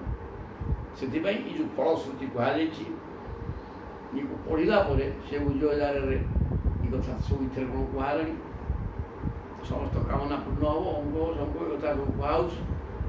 ତେଣେ ୟା ଭିତରେ ପଶିଲେ ହବା ମୋ କାମନାଟା ପୂର୍ଣ୍ଣ ହେଇଯିବ, ଏ ପ୍ରକାର ଚିନ୍ତନ କରି ସେ କ୍ରମେ କ୍ରମେ ଯଦି ଏ ଭିତରକୁ ମାଡ଼ି ଆସିଲା, ତାପରେ ସେ ସବୁ ତୁଚ୍ଛ କରିଦେବ ଏବଂ ଠିକ୍ ଲାଇନ୍ରେ ପଡ଼ିବ। ସେଥିପାଇଁ ଫଳଶ୍ରୁତି କୁହାଯାଇଛି। ଏବଂ ବ୍ୟବସ୍ଥିତ କେଚିତ୍ ଅଭିଜ୍ଞାୟ ବୁବୁଦ୍ଧୟ ଫଳଶ୍ରୁତି କୁସୁମିତା ନ ବେଦଜ୍ଞାନ ବଦନ୍ତି ଦୁର୍ବୁଦ୍ଧିପରାୟଣ ଲୋକମାନେ, ଦୁର୍ବୁଦ୍ଧି ମାନେ ଖାଲି ସଂସାର ସତ୍ୟ, ହେ ମୋ ସ୍ତ୍ରୀ, ମୋ ପିଲା, ମୋ ଘର, ଇଏ ଗୁଡ଼େ କରିକି ଦିନ ରାତି ଖଟୁଥିବା ଲୋକ ଗୁଡ଼ାକ, ଭଗବାନ ନାହିଁ, କିଛି ନାହିଁ, କିଛି ନାହିଁ, ଏ ପ୍ରକାର ହେଇକିରି ବେଦମାନଙ୍କର ଏଇ ମହତ୍ ଉଦ୍ଦେଶ୍ୟ ବୁଝି ନ ପାରି, ବେଦ ହନ୍ତୁ ଭାଗବତ ଯିଏ ହଉ, ସେ ଲେଖା ହେଇଛି ଫଳଶ୍ରୁତି, କିନ୍ତୁ ଏଇ ଫଳଶ୍ରୁତିର ଅର୍ଥ ସେମାନେ ବୁଝିପାରନ୍ତି ନାହିଁ। ବୁଝି ନ ପାରି ରଙ୍ଗୀନ ପୁଷ୍ପ ପରି ବର୍ଣ୍ଣନା କରି ସ୍ୱର୍ଗ ହିଁ ସବୁକିଛି ବୋଲି କହନ୍ତି ଓ ତାହା ତନ୍ମୟ ହୋଇ ଶୁଣନ୍ତି ଏବଂ ସ୍ୱର୍ଗ ପ୍ରତି ପରମ ଫଳ ବୋଲି ଧରି ନେଇ ଭୁଲ ବାଟରେ ଚାଲନ୍ତି। ଏ ଫଳଶ୍ରୁତି ଏ ପ୍ରକାର ଲେଖା ହେଇଛି, ଯଜ୍ଞ କଲେ ଇନ୍ଦ୍ର ହେଇଯିବ। ଏ କଥା ଜଣେ ଶୁଣିଲା, ପ୍ରଚୁର ସମ୍ପତ୍ତି ଅଛି, କହିଲା କି ସାଧନା କିଏ କରିବ, ବସେ ପ୍ରାଣାୟାମ କରେ, ଧ୍ୟାନ କରେ, ପ୍ରଭୁଙ୍କ ରୂପକୁ ଆଣିକିରି ଲକ୍ଷ ଲକ୍ଷ କାମ, ମନ ଥୟ ହେବା ପାଇଁ ଏଇଗୁଡ଼ା କେଉଁଠି କିଏ କରିବ? ଯଜ୍ଞ କଲେ ସ୍ୱର୍ଗରେ ଇନ୍ଦ୍ର ହେଇଯିବ, ସ୍ୱର୍ଗ ଲୋକ ପାଇବ, ଆଉ ଅସୁବିଧା କ'ଣ ଅଛି? ଟଙ୍କା ଗୁଡ଼ା କ'ଣ କରି ଧରିକି ବରଂ ଏଠି ମର୍ତ୍ତ୍ୟ ଲୋକରେ ଆମକୁ ଦରକାର କ'ଣ? ସେ ଇନ୍ଦ୍ର ହେଇକି ସିଆଡ଼େ ଦେବତାଙ୍କ ପାଖରେ ବସିକି ଭୋଗ କରିବା, ଭଲ କରି ଯଜ୍ଞ କରିବା। ବ୍ରାହ୍ମଣ କଥାରେ କିଏ ପ୍ରାଚୀନ କରିକି କହିଥିଲେ ନାରଦଙ୍କୁ, କହିଲେ ମୁଁ କ'ଣଟେ କରିବି, ସେ ବ୍ରାହ୍ମଣ ଗୁଡ଼ା କିଛି ଜାଣିନାହାନ୍ତି, ଆଉ ସେମାନଙ୍କୁ ତ ମୁଁ ଗୁରୁ କଲି, ସେ ତାଙ୍କୁ ସିଏ ବତେଇଲେ ଯେ ଏମିତି ପଶୁ ମାରିକି ଯଜ୍ଞ କଲେ ତୁମେ ଇନ୍ଦ୍ର ହେଇଯିବ। ଆଉ ମୁଁ ସେଇ ଲୋଭରେ ପଡ଼ିକି ଏମିତି ଗୁଡ଼େ କଲି, ମୁଁ କେମିତି ଜାଣିଲି କ'ଣ ସେ ବ୍ରାହ୍ମଣଙ୍କର ଦୋଷ? ସିଏ ମୋତେ ଠିକ୍ ଲାଇନ୍ରେ ବତେଇଥିଲେ, ଯାହା ହେଇଥାନ୍ତା ସେ ତ ଗଲେନି। ତେଣୁକରି ସେମିତି କହୁଛନ୍ତି ଫଳଶ୍ରୁତି ଦ୍ୱାରା ଲୋକ ଆକୃଷ୍ଟ ହେଇ ତାହେଲେ ଏଇଭଳିଆ ଏତେ ସାଧନା କ'ଣ ଦରକାର, ଆଉ ପଶୁ ମାରିକି ଯଜ୍ଞ କରିବା ଇନ୍ଦ୍ର ହବା ବଢ଼ିଆ କାମ, ସେ ବାଟରେ ଯାଏ। କୁସୁମିତା ଆଗି ନ ବେଦଜ୍ଞା ବଦନ୍ତି। ତେଣୁ ଯେଉଁମାନେ ପ୍ରକୃତରେ ବେଦବିତ୍, ବେଦବେତ୍ତା, ବ୍ରହ୍ମଜ୍ଞାନୀ, ବେଦବାଣୀର ଏ ପ୍ରକାର ଯେଉଁ କୁସୁମିତା ଆଗି ବାଚମ ଫଳଶ୍ରୁତି ବା ଚକଚକ ଦିଶୁଥିବା, ଆକର୍ଷଣୀୟ ହୋଇଥିବା ଏ ଫଳଶ୍ରୁତି ଏଙ୍କୁ ପସନ୍ଦ କରନ୍ତି ନାହିଁ। କାରଣ ଏ ଫଳଶ୍ରୁତି ଏମିତି ଏମିତି ଯଜ୍ଞ କଲେ ଇନ୍ଦ୍ର ହେବ, ଏମିତି ଫଳଶ୍ରୁତି ଅଛି, ଆଉ ତାକୁ ପଢ଼ିକିରି ଯଦି ତମେ କେବଳ ଆକର୍ଷଣ ପାଇଁ କରାହେଇଛି, କିନ୍ତୁ ସେଇଭଳିଆ ତମେ କରିକି ଇନ୍ଦ୍ର ହେବ, ସିଏ କିଛି ତା ଦ୍ୱାରା ହେବନି, ପାପ ବି ହେବ। ତେବେ ସେ ପ୍ରକାର କର୍ମରେ ସେ ଲାଗିଯାଇ ନିଜର ଅଧୁପତନ କରାନ୍ତି। ତେଣୁ ଫଳଶ୍ରୁତି ମୋଟାମୋଟି କହିଲେ ଫଳଶ୍ରୁତିର ଆବଶ୍ୟକତା କିଛି ନାହିଁ, ତାକୁ ପଢ଼ିବା ଦରକାର ନାହିଁ ଏବଂ ତଦନୁସାରେ ଚାଲିଲେ କ୍ଷତି ହେବ।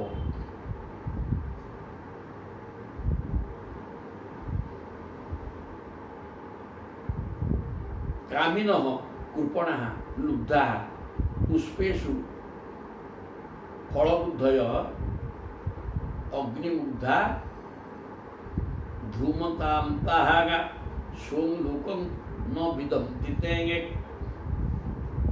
କହିଲେ କାମିନଃ, କାମୁକ ପୁରୁଷ, କାମାସକ୍ତ, ସ୍ତ୍ରୈଣ ସ୍ତ୍ରୈଣ।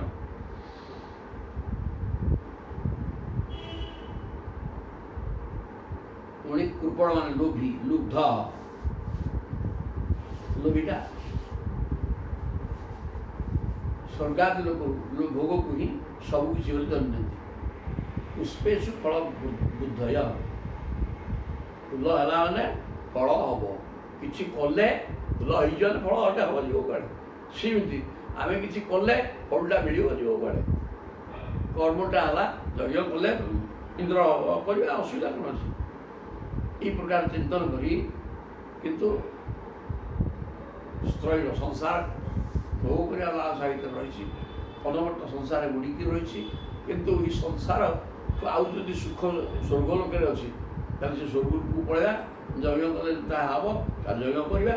এই প্রকার চিন্তন করি অগ্নিমুগ্ধা ধূমতান্তা সে କ'ଣ করে ଯାଗ ଯଜ୍ଞ କରିବାରେ ଲାଗିଯାଏ ମୋହିତ ହେଇକି।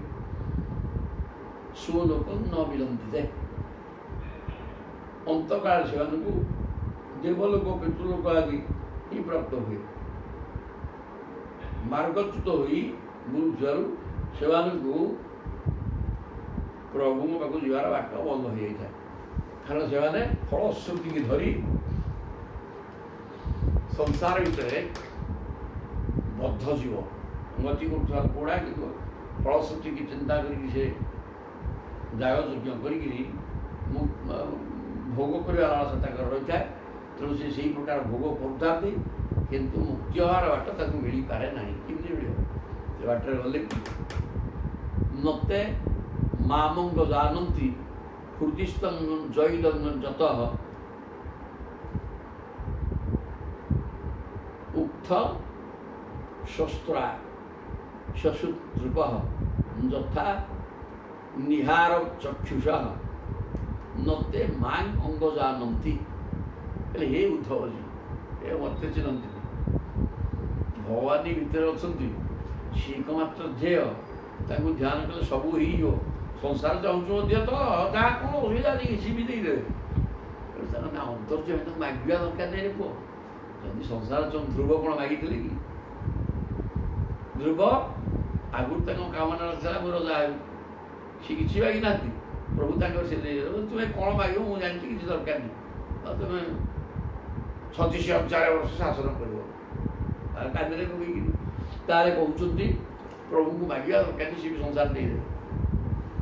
ତେବେ ନତେ ମାଂ ଅଙ୍ଗ ଜାନନ୍ତି, ହେ ଅଙ୍ଗ ଉଦ୍ଧବଜୀ ଏଗୁଡ଼ାକ ମୋତେ ମୋଟେ ଚିହ୍ନନ୍ତି ନାହିଁ। ହୃଦିସ୍ଥଂ ଜୟିଦଙ୍ଗ ଯତଃ, ମୁଁ ସମସ୍ତଙ୍କ ହୃଦୟ ଭିତରେ, ତା ହୃଦୟ ଭିତରେ ବି ଅଛି। ଯହ ଇଦମ୍ ଯତ, ମୋରି ଠାରୁ ଏ ଜଗତ ସୃଷ୍ଟି ହେଇଛି। ଏ ଜଗତ ଆଗ ବି ମୁଁ, ଯେଉଁ ଯାହାକୁ ଦେଖିକିରି ଆକର୍ଷିତ ହେଉଛି ସେ ଭିତରେ ହିଁ ମୁଁ ଅଛି।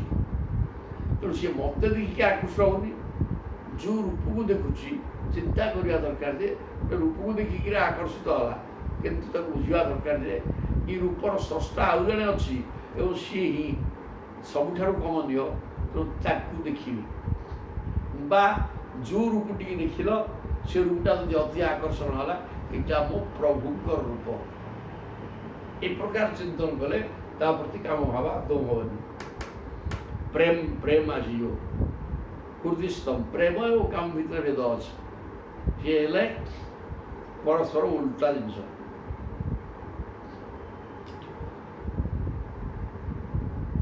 କାମ ଭାବରେ ଆସକ୍ତି ରହିଲା ଏବଂ ବନ୍ଧନକାରକ, ଏଇଟା ମୁକ୍ତି ପ୍ରଦ। ଜୟଦନ୍ତତଃ ଉକ୍ତ ଶସ୍ତ୍ରା, ସେଇ ପରମାତ୍ମା ସାକ୍ଷାତ ମୁଁ ସେମାନଙ୍କ ହୃଦୟରେ ବିରାଜିତ ହୋଇଛି। କିନ୍ତୁ କର୍ମ ମାର୍ଗୀ ଶାସ୍ତ୍ରକୁ ଅନୁସରଣ କରୁଥିବା ଓ ଶରୀର ପୋଷଣରେ ହିଁ ବ୍ୟସ୍ତ ରହିଥିବା ସେହି ଲୋକଙ୍କ ଆଖି ଆଗରେ କୁହୁଡ଼ି ଗୋଟିଯିବା ଯାଇଥିବାରୁ ସେମାନେ ସେମାନଙ୍କର ଅତି ନିକଟରେ ରହିଥିବା ମୋତେ ଜାଣିପାରନ୍ତି ନାହିଁ। ହି ଅସୁତୃପଃ ଯଥା ନିହାର ଚକ୍ଷୁଷ, ନିହାର ମାନେ କୁହୁଡ଼ା। ଆଖିରେ ସୂର୍ଯ୍ୟ କୁହୁଡ଼ାରେ ଘୋଡ଼େଇ ହେଇଛନ୍ତି ନାହିଁ, ସୂର୍ଯ୍ୟକୁ ଘୋଡ଼େଇକି ରଖିବାର କ୍ଷମତା ନା ମେଘର ଅଛି ନା କୁଳାର କାହାର ନାହିଁ। ସେ ଜ୍ୱଳନ୍ତ ଅଗ୍ନିପିଣ୍ଡ, ତାକୁ କିଏ ଘୋଡ଼େଇ ଦେବ କ'ଣ ଦେବ? ସେ କୁଳା କୁଳା ସେ ଭିତରେ ଜଳିଯିବେ ପଶିଗଲେ, ଗୁଡ଼ାକ କେହି ରହିବେନି, ପାଣି ବି ଜଳିଯିବରେ। ଆଉ ସେ ତାଙ୍କୁ କୁଳା କ'ଣ କରିବ? କିନ୍ତୁ ସେ କୁଳାଟା ଆମ ଆଖିକି ଘୋଡ଼େଇ ଦିଏ, ଆମେ ତାକୁ ବୁଝେ ଓଲଟା। ଆମ ଆଖିକି ଘୋଡ଼େଇବାର କ୍ଷମତା କୁଳାର ଅଛି, ସୂର୍ଯ୍ୟ କିରଣକୁ ନୁହେଁ। ମେଘର ଆମ ଆଖି ଘୋଡ଼େଇବାର, ମେଘ ଏଇଠି ଖଣ୍ଡେ ଉଠେଇଲା, ଏଇ ଖଣ୍ଡ କ'ଣ ଅନ୍ଧାର ହେଇଛି, ଆଉ 50 ହାତ ସେପଟୁ ଆସିକି ସୂର୍ଯ୍ୟ କିରଣ ପଡ଼ିଛନ୍ତି। ତେବେ ଆମ ଆଖିକି ଏଇଠି ଠିଆ ହେଲା ବେଳକୁ ଆଖି ଘୋଡ଼େଇ ଦେଇଛନ୍ତି, ଆଖିଟା ଘୋଡ଼େଇ ହେଇଛି ମେଘ ଦ୍ୱାରା। ସୂର୍ଯ୍ୟ କିନ୍ତୁ ସୂର୍ଯ୍ୟକୁ ମେଘ ଘୋଡ଼େଇ ପାରିବ। ତାହେଲେ କୁହାଗଲା ଠିକ୍ ସେମିତି ପ୍ରତ୍ୟେକ ଶରୀର ଭିତରେ ମୁଁ ଜୀବାତ୍ମା ହେଇକି ରହିକି ତାକୁ ବଞ୍ଚେଇକି ରଖିଥିଲେ ମଧ୍ୟ ତା ଆଖିରେ ପରଦା ପଶିଯାଇଛି, ପରଦ ଆଣିଯାଇଛି। ସିଏ ଦେଖିପାରୁନି କି ବୁଝିପାରୁନି। ସଂସାର ହିଁ ସବୁକିଛି ଚିନ୍ତା କରି ଆଉ ସଂସାର ଭିତରେ ବୁଲୁଛି ପାଗଳ ଭଳିଆ ଆଉ। ତେଣୁ ସେ ମୋତେ ଜାଣୁନି କି ଜାଣିବାର ପ୍ରଶ୍ନ ନାହିଁ। ତେମେ ମତ ମବିଜ୍ଞାୟ ପରୋକ୍ଷମ ବିଷୟାତ୍ମକା ହିଂସାୟାଂ ଯଦି ରାଗ ହସ୍ୟାତ୍ ଯଜ୍ଞ ଏବ ଚୋଦନାଙ୍ଗା ଶୁଦ୍ଧ ପ୍ରେରଣେ। ତେଣୁ ସେମାନେ ମୋତେ ଜାଣିପାରନ୍ତି ନାହିଁ ଏବଂ ମୋର ବାଣୀରେ ଅନ୍ତର୍ନିହିତ ବାସ୍ତବ ମର୍ମକୁ ବୁଝିପାରନ୍ତି ନାହିଁ।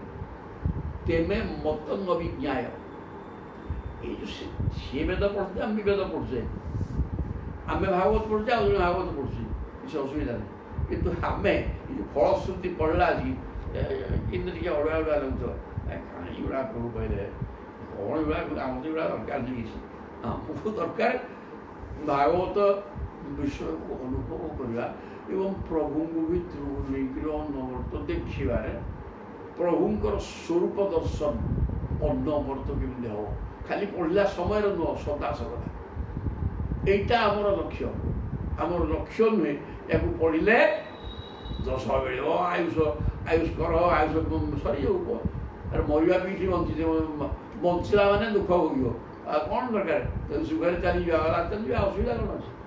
ତେଣୁ କୌଣସିକି ବ୍ୟସ୍ତ ହେବାର ଆମର ନାହିଁ। ତେଣୁ ଫଳଶ୍ରୁତି ଆମର ଦରକାର ନାହିଁ। ଆଉ ଜଣେ କିନ୍ତୁ ଶୁଳା ପଡ଼ିକିରି ଆଚ୍ଛା ଏତେ କଥା ଏଥିରେ ଅଛି, ଆଉ ଚାଲୁ ୟାକୁ ହିଁ ପଢ଼ିବା, ୟା କଥା। ଆଉ ତେମେ ମତଙ୍ଗ ଅଭିଜ୍ଞାୟ, ପ୍ରକୃତରେ ଏ ସବୁ ଶାସ୍ତ୍ର ଗୁଡ଼ାକ ପରୋକ୍ଷବାଦ, ପ୍ରତ୍ୟକ୍ଷ କିଛି କଥା ଆମେ ଦେଖିନୁ, ତାକୁ କିନ୍ତୁ ସେ ବୁଝିପାରେନି। ତେଣୁ ପରୋକ୍ଷମ ବିଷୟାତ୍ମକା, ତାଙ୍କର ମନ ଏଇଟା ପରୋକ୍ଷବାଦରେ ସବୁ ଲେଖା ହେଇଛି। କିନ୍ତୁ ସେ ବିଷୟାତ୍ମା ଯେଉଁମାନଙ୍କର ହେଇଯାଇଛି, ମାନେ ସମ୍ପୂର୍ଣ୍ଣ ଆତ୍ମା ମନ ଭିତରେ ସଂସାର ହିଁ ଭର୍ତ୍ତି ହେଇକି ରହିଛି, ଈଶ୍ୱର ମୋଟେ ନାହାନ୍ତି। ଆମେ ଏଇ ପରୋକ୍ଷବାଦ କରି କହିଲୁ ଏଗୁଡ଼ାକ ଯେ ଫଳଶ୍ରୁତି ଯେଉଁ ଲେଖା ହେଇଛି ଯଜ୍ଞ କରିକି ଇନ୍ଦ୍ର ହେଇଯିବ, ଏଗୁଡ଼ାକ ଆମେ ସେମିତି ଲେଖିଛୁ, ଏଗୁଡ଼ା କିଛି କାମ ନାହିଁ। ପରୋକ୍ଷବାଦ ଆଉ ତେଣୁ ଯଜ୍ଞ କରନି କି ଇନ୍ଦ୍ର ହେବା କଥା ଚିନ୍ତା କରନି, ସେଥିରେ ମୁକ୍ତି ହୁଏନି, ଦୁଃଖ ପୁଣି ଭୋଗିବ। ତେଣୁ ଦୁଃଖରୁ ମୁକ୍ତି ପାଇଁ ସେଗୁଡ଼ାକର ଆବଶ୍ୟକତା ନଥାଏ। କିନ୍ତୁ ଯିଏ ବିଷୟାତ୍ମା, ବିଷୟ ସହିତ ଆସକ୍ତ ହେଇକିରି ସେ ତାକୁ ଉଲ୍ଟା ବୁଝେ। ଗୋଟେ ନିର୍ଦ୍ଦିଷ୍ଟ ବିଷୟକୁ ଗୋଟେ ପ୍ରକାର ସମସ୍ତେ ବୁଝିବେ ସେ କଥା ବି ନୁହଁ। କାହା ମୁଣ୍ଡ ନେଇକି କିଏ କ'ଣ ବୁଝିବ, ତ କମା ବେଳୁ ବୁଝିବ ମଧ୍ୟ, କିଛି ଅସୁବିଧା ନାହିଁ। ତେଣୁକରି ହିଂସାୟାନ୍ ଯଦି ରାଗ ହସ୍ୟାତ୍, ପଶୁ ହିଂସା, ପଶୁ ବଧ କରିକିରି ଯଜ୍ଞ କଲେ, ଅଶ୍ୱମେଧ ଯଜ୍ଞ 100 କଲେ ଇନ୍ଦ୍ର ହେବ, 100 ଘୋଡ଼ା ମାରିକି ତାକୁ ଯଜ୍ଞ କରିବ, କ'ଣ ହେବ ସେଠି?